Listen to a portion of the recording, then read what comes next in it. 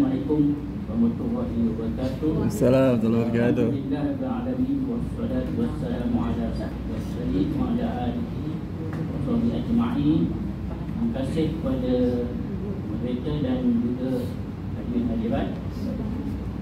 Firman Allah SWT dalam surah Al-Baqarah ayat 43, wa aqimus solat wa atuz zakat, dan jika akan kamu sembahyang dan menunaikan zakat.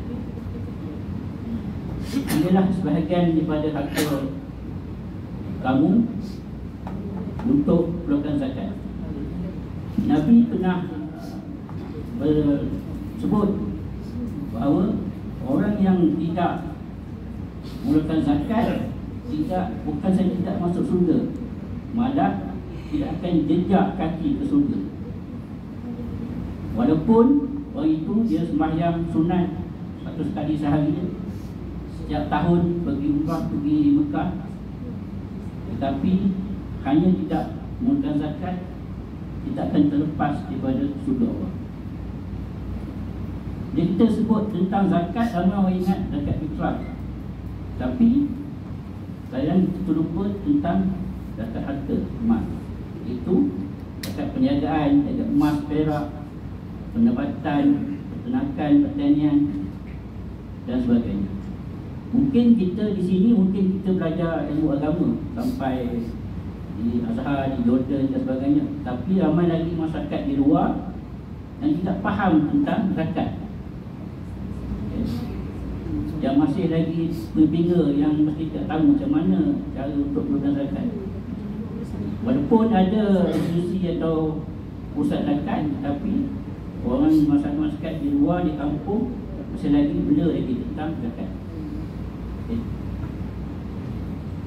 Saya teringat dalam zakat ni, biasa kita dengar adalah harta kita adalah ada juga punya orang lain. Apa maksudnya tu? Kan? Bawa satu kisah dahulu, iaitu ada dua orang musafir. Dua musafir, dia singgah, dia nak bermalam di istana raja lah. Dan pengawal sematan raja tu dia tak benarkan dua orang musafir ni bermalam, bertidur malam lah. Dan dia nak jumpa raja, raja pun tak benarkan, kerana ini adalah tempat aku, rumah aku, istana aku.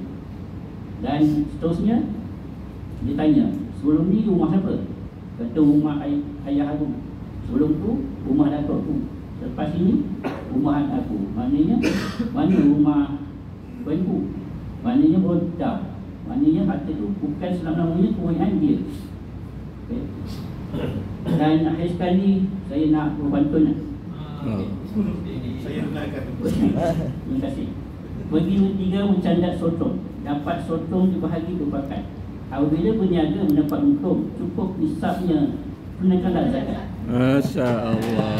Zakat yang kau berikan akan memudahkan jalanmu, akan melicinkan rezekimu, akan mendekatkan dengan surga. Sekian. Assalamualaikum warahmatullahi wabarakatuh. Assalamualaikum warahmatullahi wabarakatuh.